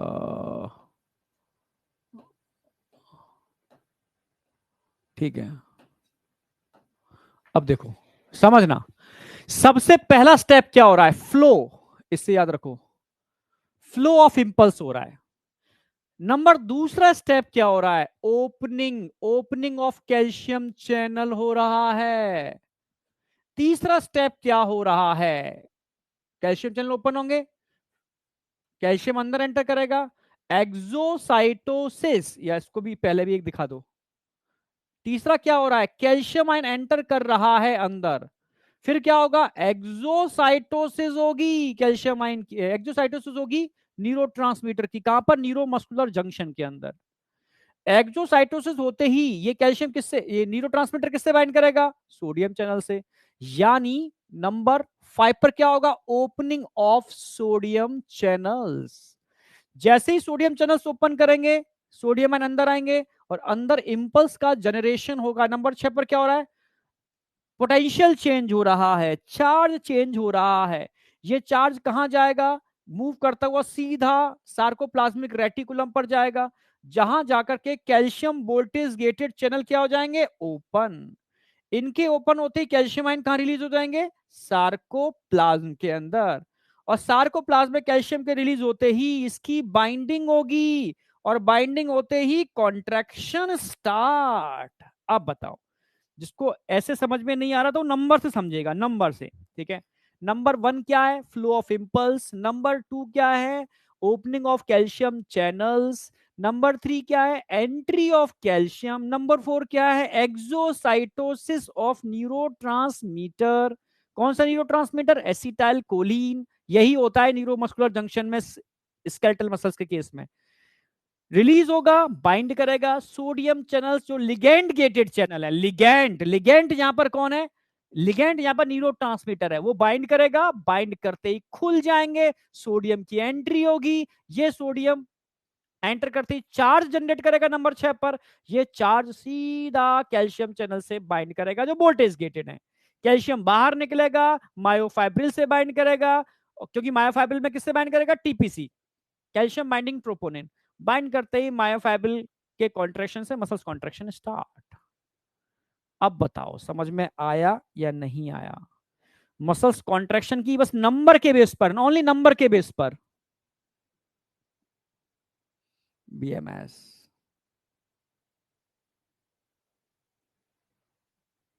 ब्रेन में सेट हो गया, बस बहुत बढ़िया, ब्रेन में सेट हो गया। अब मसल्स को क्या कराना है? रिलैक्स। ये तो कॉन्ट्रेक्शन की मैकेनिज्म होगी। अगर मैं रिलैक्सेशन की बात करूं, समझना, अगर मैं रिलैक्सेशन की बात करूं, relaxation of muscles,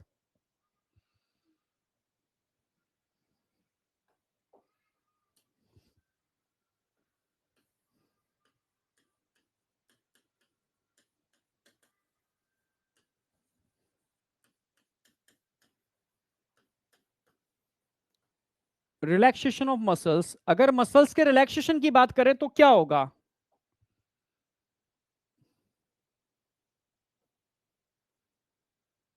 relaxation of muscles, muscles के रिलैक्सेशन में क्या होगा? आप देखो,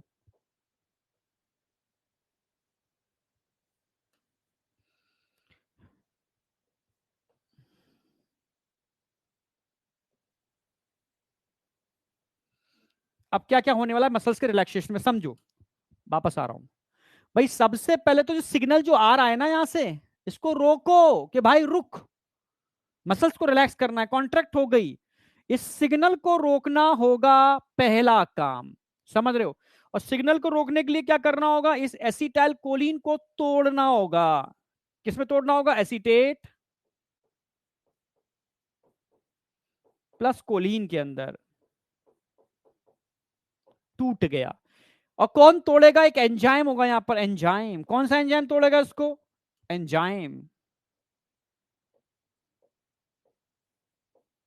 कौन सा enzyme? Acetyl choline esterase. Acetyl choline esterase, acetyl cholinesterase नाम का एक एंजाइम होता है, इसको ACHE से रिप्रेजेंट करते हैं, ACHE। ये एंजाइम इस एसिटाइल कोलिन को तोड़ देगा तो यहां से सिग्नल आना बंद। एक काम तो ये हुआ, पहला काम समझना, रिलैक्सेशन के लिए पहला काम, इसको ABCD से लिखूंगा मैं। ये ए हो गया, रिलैक्सेशन की मैकेनिज्म है, ए स्टेप। बी स्टेप में क्या होगा? बी स्टेप देखो, जो कैल्शियम बाहर आ गया था इससे कहा जाएगा कि भाई आप वापस अंदर जाओ। इस कैल्शियम को वापस अंदर कौन भेजेगा? इस कैल्शियम को वापस अंदर भेजने के लिए यहां पर एक पंप होता है। कौन सा पंप? ये क्या है? जगह नहीं है। ये क्या है? ये है सोडियम पंप। और पंप आ गया, सॉरी कैल्शियम पंप, सोडियम लिख दिया मैंने।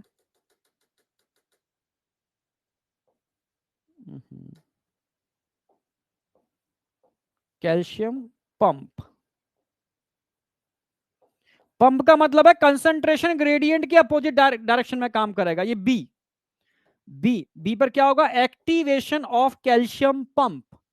Activation of calcium pump, calcium pump activate होगा और एटीपी यूज करके सारे कैल्शियम को अंदर भेजेगा। एटीपी यूज करके सारे कैल्शियम को अंदर भेजेगा। समझ रहे हो?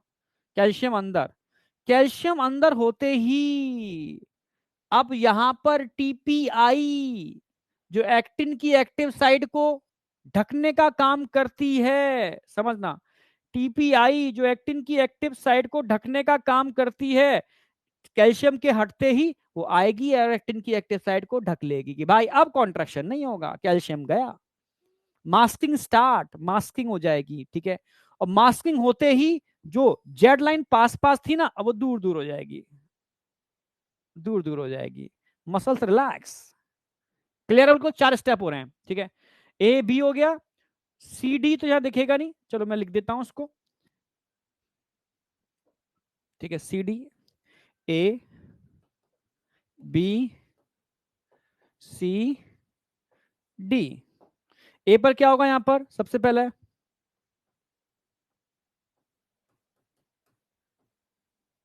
Break down of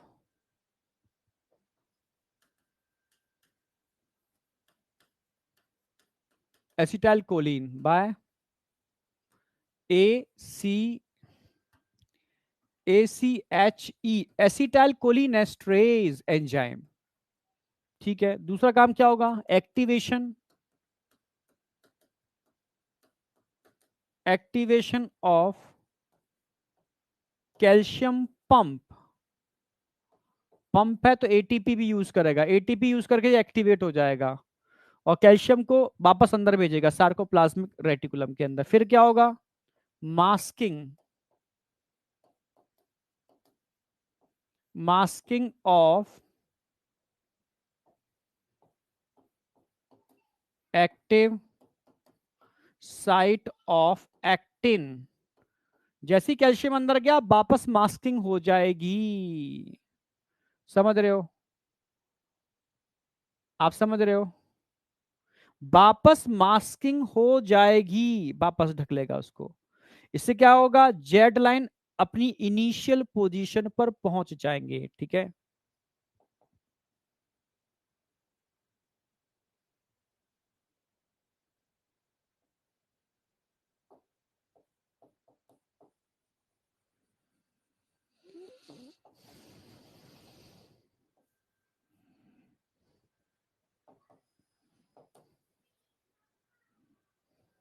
movement of Z line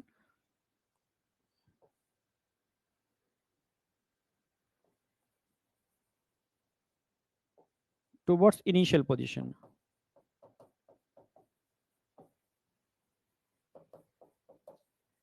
muscles relax हो गई, मसल्स रिलैक्स। अब बताओ समझ में आया नहीं आया? यस, पूरा पिक्चर बनाओ उसको, पूरा पिक्चर की तरह। कॉन्ट्रैक्शन की पूरी पिक्चर होनी चाहिए, रिलैक्सेशन की पूरी पिक्चर होनी चाहिए।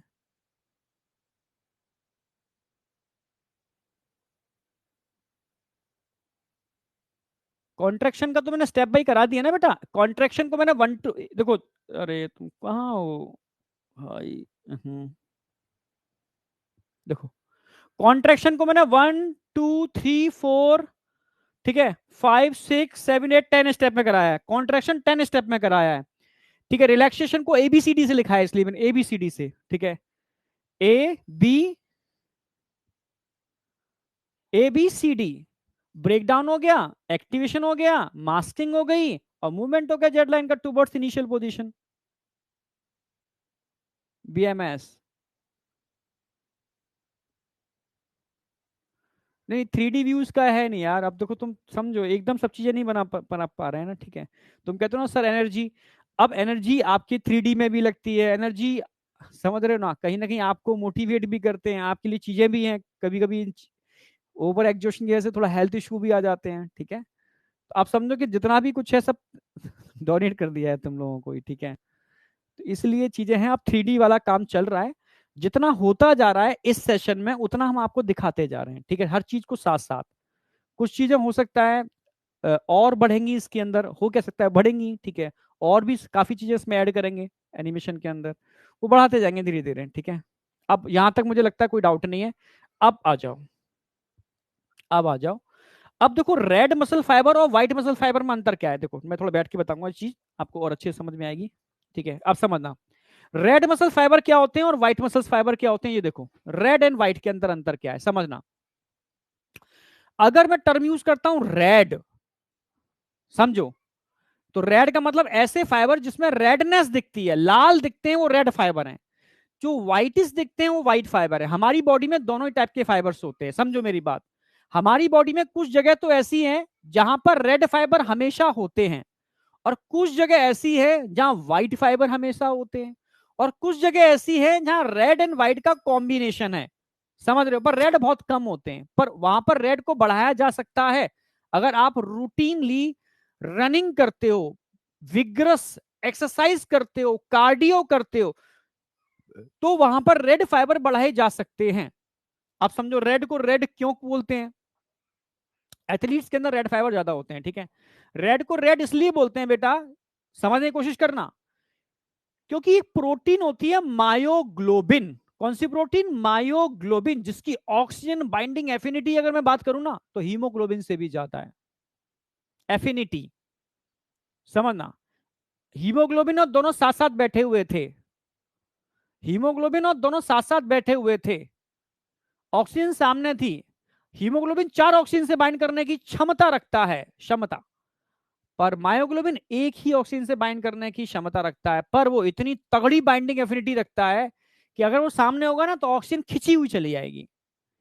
हाँ, मायोग्लोबिन के पास ऑक्सीजन आएगी नहीं, हीमोग्लोबिन के पास ऑक्सीजन आएगी नहीं, पर हीमोग्लोबिन खुद 4 ऑक्सीजन से बाइंड करेगा, मतलब 4 से बाइंड करने की क्षमता रखता है, पर एफिनिटी मायोग्लोबिन की ज्यादा है। समझ रहे हो ना, एफिनिटी समझ रहे हो ना मेरी बात। जैसे आप निकले घर से, ठीक है, आपको लोगों से मतलब अभिनंदन करना है तो नहीं हाथ मिलाते हैं, हाँ ठीक है यार हेलो, नहीं हल्का सा हाथ मिला, हेलो यार हेलो, ठीक है, चले ऑफिस चले गए। एक दोस्त मिला आपको, अपना पुराना दोस्त रास्ते में, ठीक है, वो दौड़ा हुआ है आपको देख करके, आप दौड़े हुए गए उसको देख करके, दोनों एकदम गले से लग गए। समझना मेरी बात, समझना। आप सिर्फ एक ही दोस्त से मिले पर तगड़ी एफिनिटी थी दोनों के मिलने की, इसको बोलते हैं हाई एफिनिटी। और आप एक से ज्यादा लोगों से हाथ मिलाते हुए जा रहे थे ऑफिस, बस ऐसे ही, हाँ हेलो यार हेलो हेलो, ठीक है, ये एफिनिटी कम थी। पर आपने ज्यादा लोगों से हाथ मिलाए, एक से आपने इंटरेक्शन किया पर तगड़ी एफिनिटी, इसको बोलते हैं एफिनिटी। तो मायोग्लोबिन की अगर मैं एफिनिटी की बात करूं, हीमोग्लोबिन से ज्यादा होती है, मायोग्लोबिन की एफिनिटी हीमोग्लोबिन से ज्यादा होती है।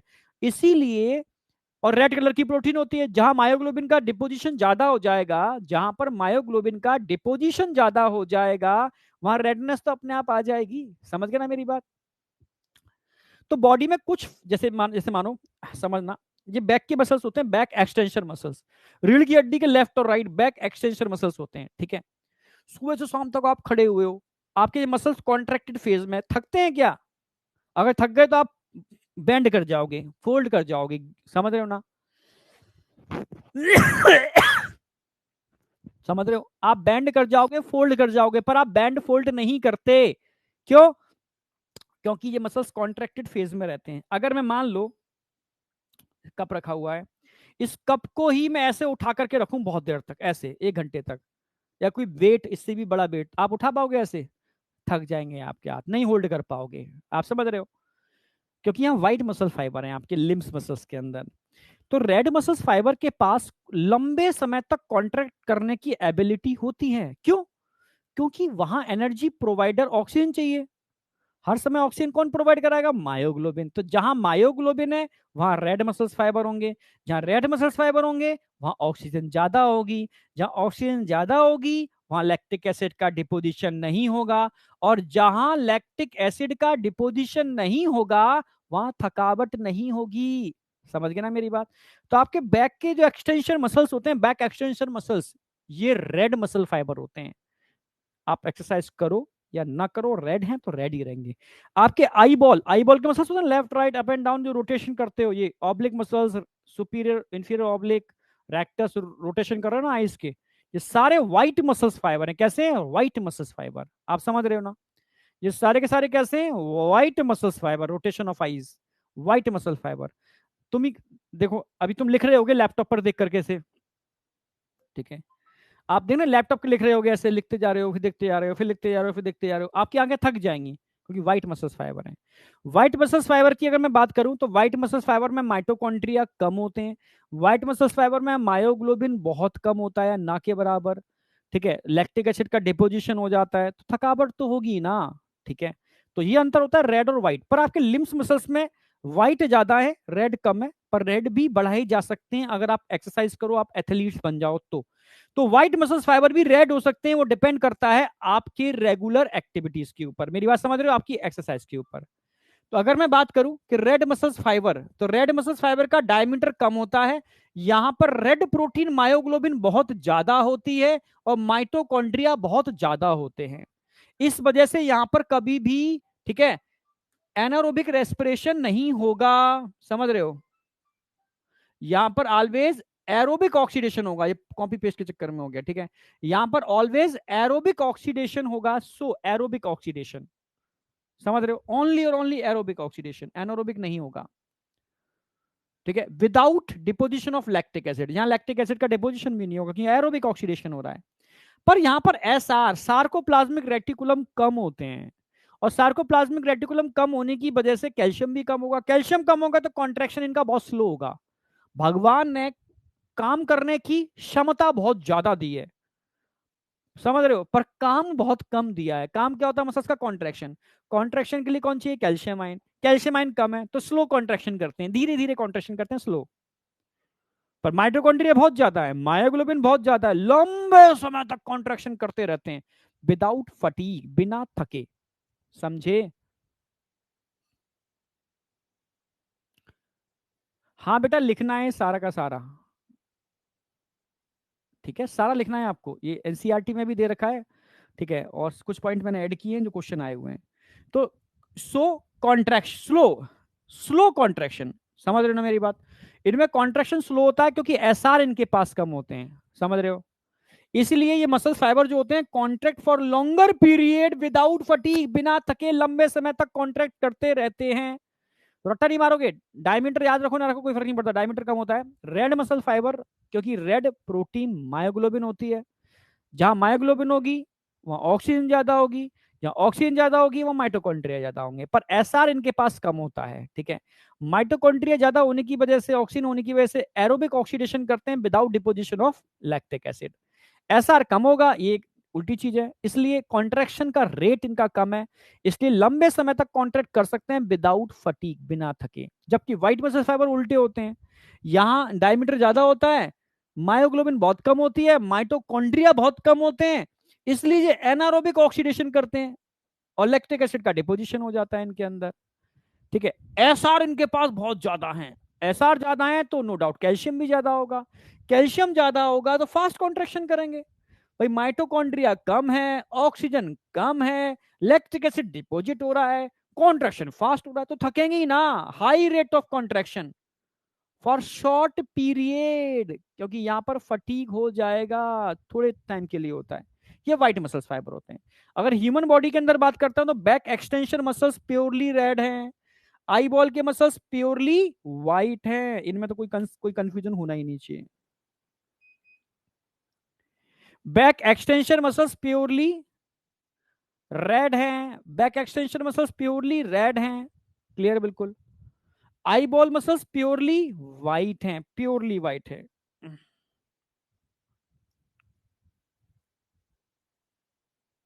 चलो याद हो गया। पर कुछ एनिमल ऐसे भी होते हैं, जैसे समझना, red meat of chicken leg and thigh. कुछ लोग चिकन के लेग थाई खाते हैं, रेड मीट होता है क्योंकि उसमें मायोग्लोबिन बहुत ज्यादा होती है। Flight muscles of kite, kite एक ऐसा पक्षी है बहुत लंबी उड़ान, यानी मतलब कहते हैं ना कि अंटार्कटिका से उड़ के वहां गए, वहां से उड़ के वहां गए, लंबे लंबे सागरों को पार करते हैं, क्योंकि उनके फ्लाइट मसल्स में रेड मसल्स फाइबर होते हैं, ठीक है। ऐसे ही white muscles fibre, chicken breast में व्हाइट मसल्स फाइबर होते हैं। और thigh muscles of sparrow, sparrow एक देखा, डिस्कवरी देखा होगा, बहुत तेज अपने विंग्स को मतलब मूवमेंट कर लेती है, बहुत तेज। और ऐसे एक जगह स्टेबल हो जाएगी, आपको लगेगा इसके विंग्स ही नहीं है, बहुत तेज मूवमेंट होते हैं, पर बहुत शॉर्ट पीरियड के लिए होते हैं, फिर रुक जाती है वो स्पैरो। डिस्कवरी में दिखाया है, स्पैरो के विंग्स फ्लाइट मसल्स वाइट होते हैं। तो ये इजीली याद रहेगा आपको, ठीक है। चलो, अब ये वाला पार्ट हमारा खत्म होता है। अब लास्ट में हम टाइप्स ऑफ मसल्स पर आ रहे हैं, जिससे हमारा चैप्टर ये वाला एंड हो जाएगा टाइप्स ऑफ मसल्स के बाद, ठीक है। टाइप्स ऑफ मसल्स, ठीक है। अगर मसल्स के टाइप्स की मैं बात करता हूं तो मसल्स के 3 टाइप्स हैं। अब समझो।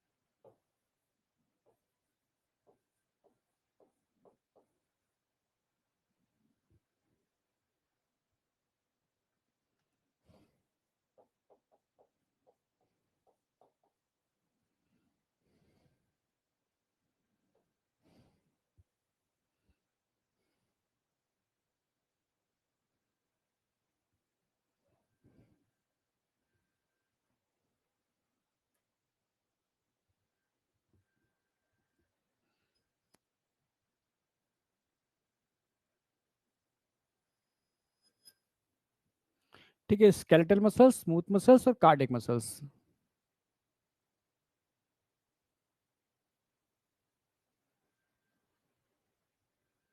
ठीक है, चलो। कुछ पॉइंट्स लिख रहा हूं मैं स्केलेटल मसल्स से रिलेटेड। ये तो वॉलेंट्री होते हैं,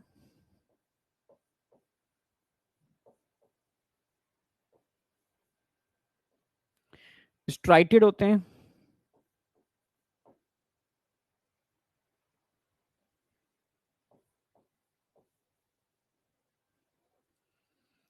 एंड स्ट्राइप्ड भी होते हैं।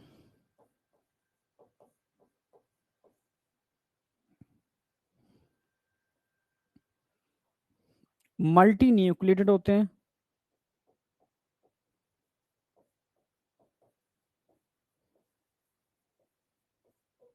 सारे फीचर बता चुका हूं मैं आपको।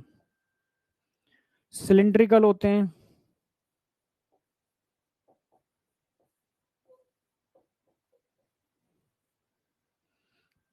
अब आ जाओ उधर, स्मूथ मसल्स इनवॉलेंट्री होते हैं।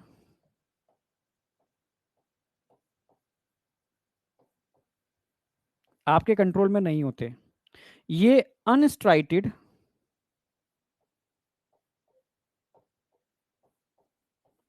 या अनस्ट्राइप्ड होते हैं। लाइट एंड डार्क बैंड यहां देखने को नहीं मिलते। यूनी न्यूक्लिएटेड होते हैं।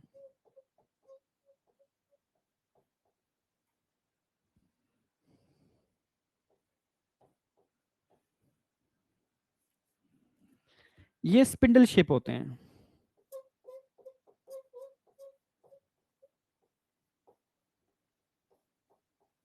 स्पिंडल शेप होते हैं।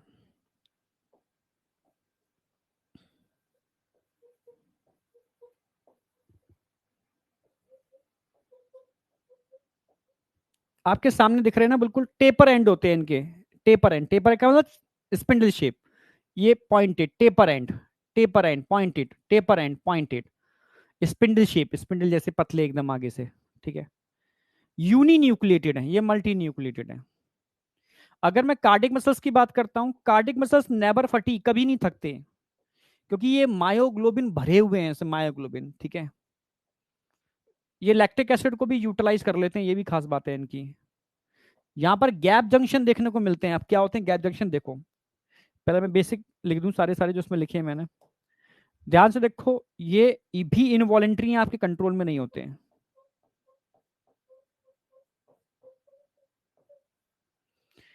पर ये स्ट्राइटेड होते हैं,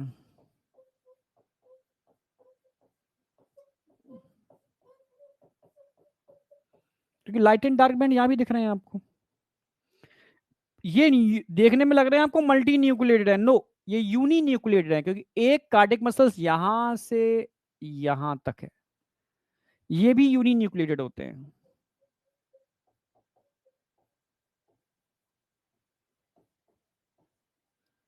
ठीक है, यूनी न्यूक्लिएटेड हैं। ये सिलिंड्रिकल होते हैं।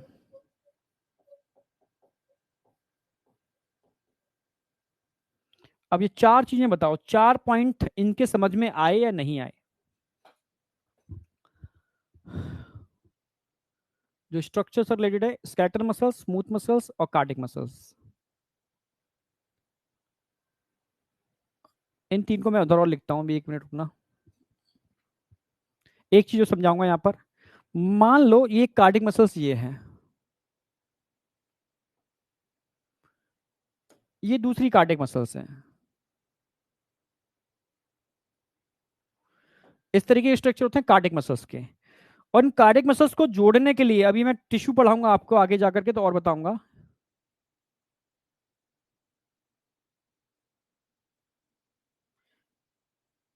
एक डिस्क लाइक स्ट्रक्चर होता है, इसको बोलते हैं इंटरकैलेटेड डिस्क, जो कार्डिक मसल्स के बीच में होती है। और इस डिस्क पर लगे होते हैं कुछ जंक्शन, इनको बोलते हैं gap junction.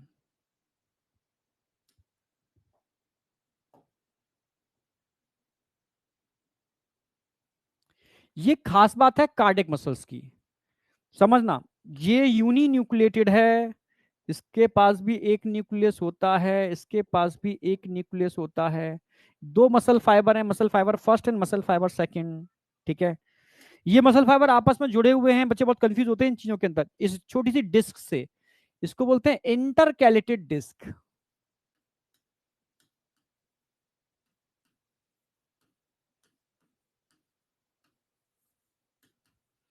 Only cardiac muscles के पास होती है, और इस पर लगे होते हैं गैप जंक्शन।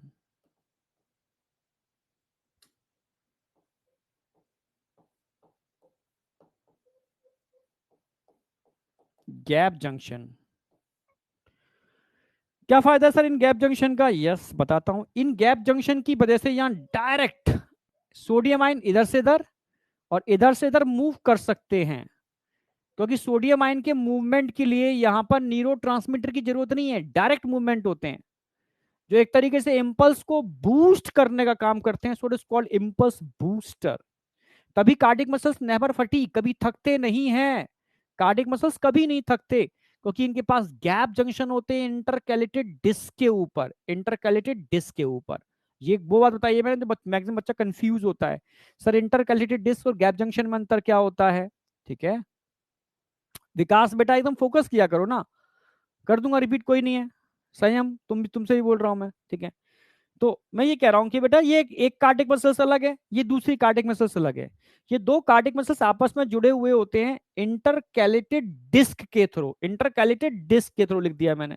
और डिस्क के ऊपर मिलते हैं आपको गैप जंक्शन। जंक्शन का मतलब दो चीजों को जोड़ने वाले प्रोटीन, गैप का मतलब बीच में वो टनल का काम करते हैं, गैप जंक्शन। इनसे क्या होता है, सोडियम आयन इधर से उधर, इधर से उधर मूव कर सकते हैं बिना किसी प्रॉब्लम के, समझ रहे हो?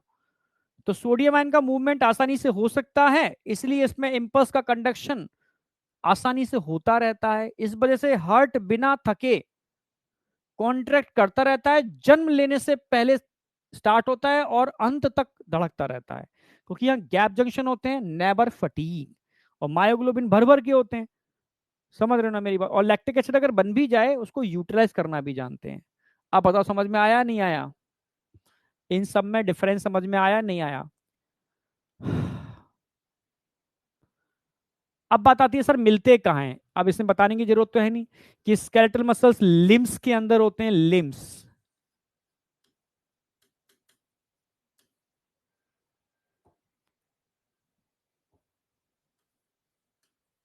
लिम्स के अंदर होते हैं। स्मूथ मसल्स बॉडी ऑर्गन,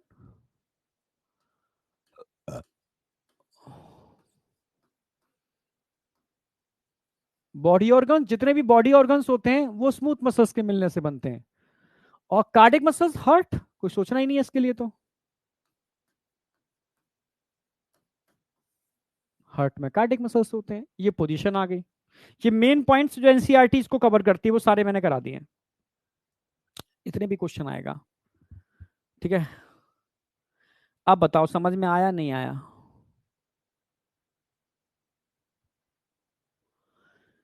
भाई देखने में सिलिंड्रिकल होते हैं, ये देखने में स्पिंडल शेप होते हैं, वो देखने में सिलिंड्रिकल होते हैं।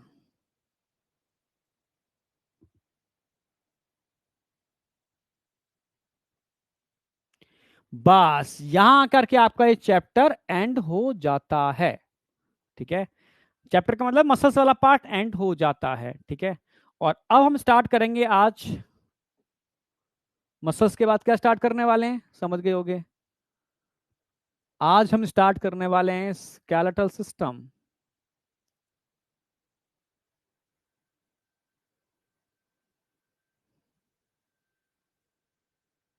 हाँ आज तो नहीं करेंगे, मेरे भी थोड़ा, हाँ है। मतलब अगला टारगेट आपका ये है, बता दूं मैं, ठीक है। अगला टारगेट आपका ये है, ये इसकी एक एक चीज समझने वाले हैं हम लोग, ठीक है। इसकी एक एक चीज समझने वाले हैं, इसकी मुस्कुराहट के पीछे का राज जानने वाले हैं। समझ गया, आ गया होगा ना। तो अगला टारगेट जो आपका है वो ये है, समझे या नहीं समझे। तो इस महाशय की हम एक एक बोन्स, एक एक चीजें पढ़ने वाले हैं यहाँ पर, एक एक चीज समझेंगे। कौन से जॉइंट्स होते हैं, कैसे मूवमेंट होते हैं इसके, ठीक है। हाइयोड बोन कहाँ होती है, पूरा स्कल पढ़ेंगे। स्कल के अलावा हम इसका वर्टिबल कॉलम भी हम पढ़ने वाले हैं, सारे के सारे इनके वर्टिबल कॉलम, ठीक है। किस तरीके का इनका अरेंजमेंट होता है, क्या होते हैं ये सब हम एक एक चीज बहुत अच्छी तरीके से पढ़ने वाले हैं, ठीक है।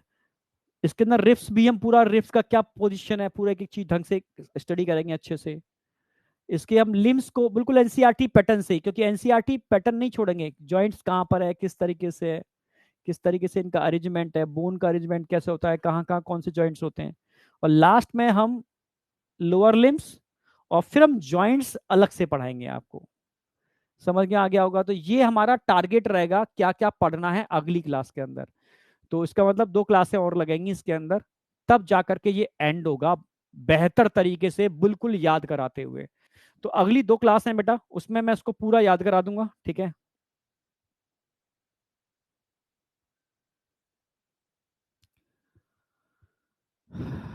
तो ये तो अब नहीं करना आपको, ये अभी नहीं कराएंगे। देखो लास्ट मैंने क्लास में कुछ क्वेश्चंस दिए थे करने को आपको, 18 क्वेश्चंस, ठीक है। तो उन क्वेश्चंस को आपने लगाया होगा, मैंने उनके आंसर दे दिए हैं, एक बार देख लेना। कोई चीज हो तो डिस्कस भी कर सकते हो। और कुछ क्वेश्चंस मैं आज दे रहा हूं आपको, ठीक है, ये क्वेश्चन करके आने हैं आपको। मसल से रिलेटेड है कुछ क्वेश्चंस आज दे रहा हूं, ये होमवर्क है आपका, ठीक है। कुछ कहना चाह रहे हो क्या?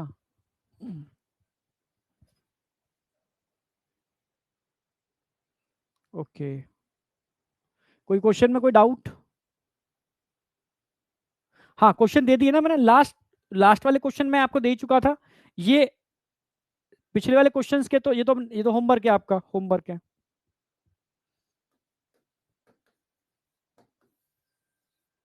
ठीक है, इससे पहले वाला तो मैं दे चुका हूँ सारा, ये आपको एक बार मैच करना है कहाँ कहाँ क्या क्या आ रहा है। ये होमवर्क हो गया आपका, ठीक है। तो थैंक यू बेटा। बस टारगेट पे मैं कह रहा हूँ यार, टारगेट बनाओ, बिना टारगेट के पढ़ाई नहीं होगी, ठीक है। टारगेट बनाओ, टारगेट से पढ़ाई करो, ठीक है। और टारगेट के टाइम को रिड्यूस करो, अपने ऊपर प्रेशर बढ़ाओ, टारगेट के टाइम को रिड्यूस करो, प्रेशर बढ़ाओ, टारगेट के टाइम को रिड्यूस करो। ठीक है, क्योंकि प्रेशर बढ़ता है, डोपामाइन निकलता है, डोपामाइन निकलवाता करवा देता है आपसे। ओके, चलो बेटा ठीक है, bye bye bye bye bye. चलो ओके बेटा, bye bye bye bye bye.